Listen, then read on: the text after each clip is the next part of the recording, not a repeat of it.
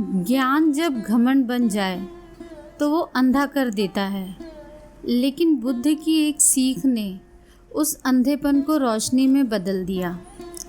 आज की कहानी है घमंड और सीख की, तो चलिए शुरू करते हैं आज की कहानी। नमस्कार दोस्तों, बहुत समय पहले की बात है। गौतम बुद्ध अपने शिष्यों के साथ श्रावस्ती के पास एक बगीचे में ठहरे हुए थे। रोज की तरह वहाँ बहुत से लोग उनसे मिलने आए थे। कुछ उनसे आशीर्वाद लेने आए थे, कुछ उनसे सवाल करने आए थे, कुछ सिर्फ उनकी एक झलक पाने आए थे। उन्हीं दिनों एक नौजवान ब्राह्मण लड़का वहाँ पहुँचा हुआ था, जिसका नाम था सत्यकेतु। वो बहुत पढ़ा लिखा था। वेद, पुराण, संस्कृत के श्लोक, तर्क वितर्क में बहुत माहिर था। उसे लगता था उसे सब कुछ पता है। आत्मा, परमात्मा, जीवन, मृत्यु, सब कुछ, आकाश पाताल। वो इस ब्रह्मांड की हर छोटी छोटी बातों का ध्यान रखता है और इसी बात का उसे घमंड भी था। एक दिन उसने अपने गांव के लोगों से बुद्ध की बातें करते सुना। गांव के लोग बात कर रहे थे कि तथागत बुद्ध सच्चे ज्ञानी हैं, वे सब दुखों का अंत जानते हैं। ये सुनकर सत्यकेतु को बहुत गुस्सा आया। उसने सोचा, अरे ये भी कोई ज्ञान है? असली ज्ञान तो हमारे वेदों में है। मैं जाकर देखता हूँ बुद्ध को, उनको सवालों का जवाब मांगूंगा और देखता हूँ वो मेरे सवालों का जवाब कैसे दे पाते हैं। और इसी घमंड के साथ वो चल पड़ा बुद्ध से मिलने, उन्हें नई चुनौती देने के लिए। जब सत्यकेतु बुद्ध के पास पहुंचा तो उसने देखा कि बुद्ध शांत मुद्रा में बैठे हैं। उनके चेहरे पर एक ऐसी गहराई और सुकून था जैसे किसी शांत झील की सतह। सत्यकेतु बोला, हे तथागत, मैं आपसे कुछ प्रश्न करने आया हूँ। बुद्ध ने उसकी तरफ देखा, मुस्कुराए और बोले, प्रश्न करना अच्छी बात है, लेकिन उससे भी ज़रूरी है सही मन से पूछना। बैठो और बताओ क्या प्रश्न करने आए हो। सत्यकेतु बैठ गया। उसने एक के बाद एक सवाल पूछना शुरू किया। आत्मा क्या है? मरने के बाद क्या होता है? पुनर्जन्म कैसे होता है? आपका धर्म वेदों से अलग क्यों है? बुद्ध हर सवाल का जवाब बेहद सरल और शांत भाषा में देने लगे, लेकिन सत्यकेतु को उनकी बातें समझ नहीं आ रही थी। वो बार बार बोलता, ये तो किताबों में नहीं लिखा, मेरे गुरु ने ऐसा नहीं कहा, आप झूठ बोल रहे हैं। बुद्ध बोले, तुम अपने मन का कटोरा पहले से ही भर लाए हो, अपने ज्ञान, अपने विचारों और अपने घमंड से। जब तक तुम उसे खाली नहीं करोगे तब तक कुछ नहीं कर पाओगे। नया कुछ भी इसमें नहीं समा सकता, क्योंकि इसमें पहले से ही अहंकार, घमंड भरा हुआ है। बुद्ध ने अपने सेवक आनंद से कहा, आनंद, एक कटोरा पानी से भरकर लाओ। आनंद कटोरा लाया, पानी से भरा हुआ। फिर बुद्ध बोले, अब इसमें और पानी डालो। आनंद ने कोशिश की, लेकिन पानी बाहर गिरने लगा। बुद्ध ने सत्यकेतु से पूछा, क्यों गिरा ये पानी? सत्यकेतु बोला, क्योंकि कटोरा पहले से भरा हुआ था। बुद्ध बोले, तुम्हारा मन भी ऐसा ही है। जब तक तुम खुद को सबसे ज्ञानी समझते रहोगे तब तक असली ज्ञान कभी नहीं समा पाएगा। जो सच में सीखना चाहता है वो पहले खुद को खाली करता है। सत्यकेतु चुप हो गया।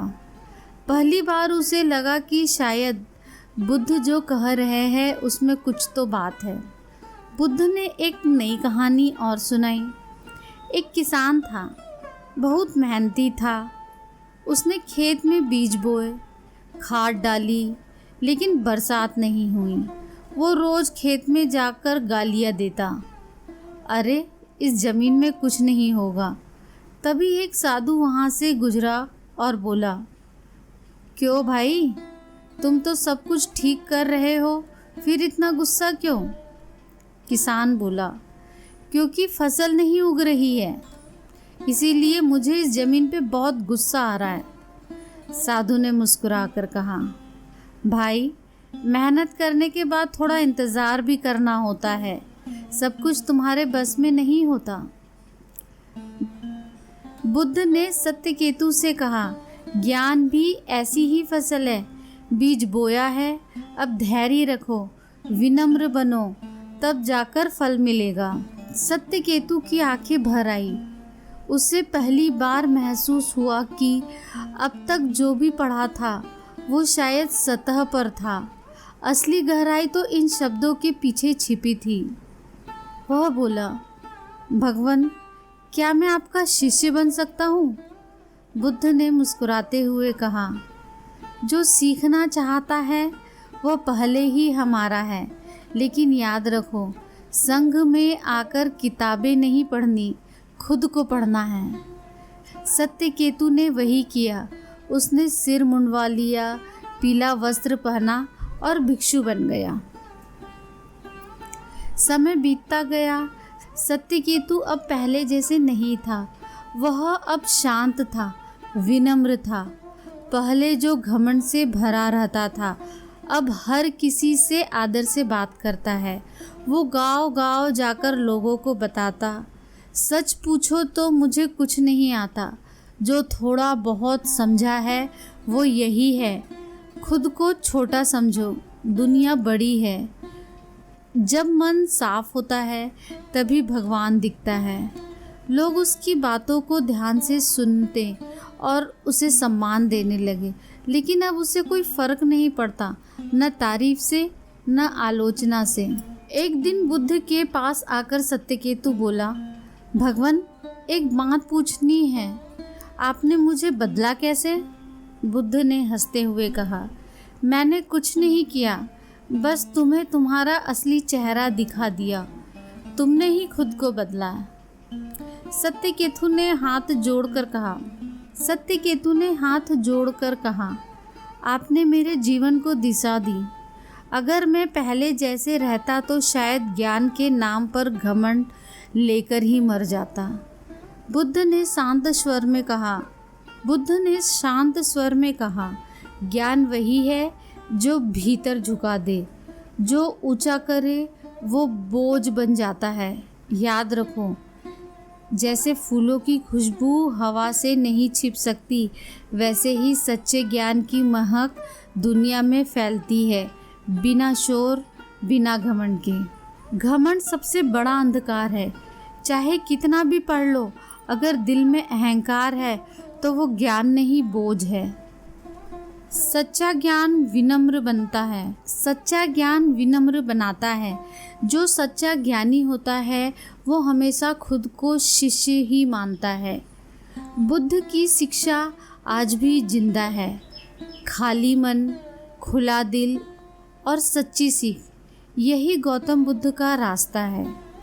खुद को खाली करो, तभी भरोगे। जैसे कटोरे वाला उदाहरण था, वैसे ही हमारा मन भी है।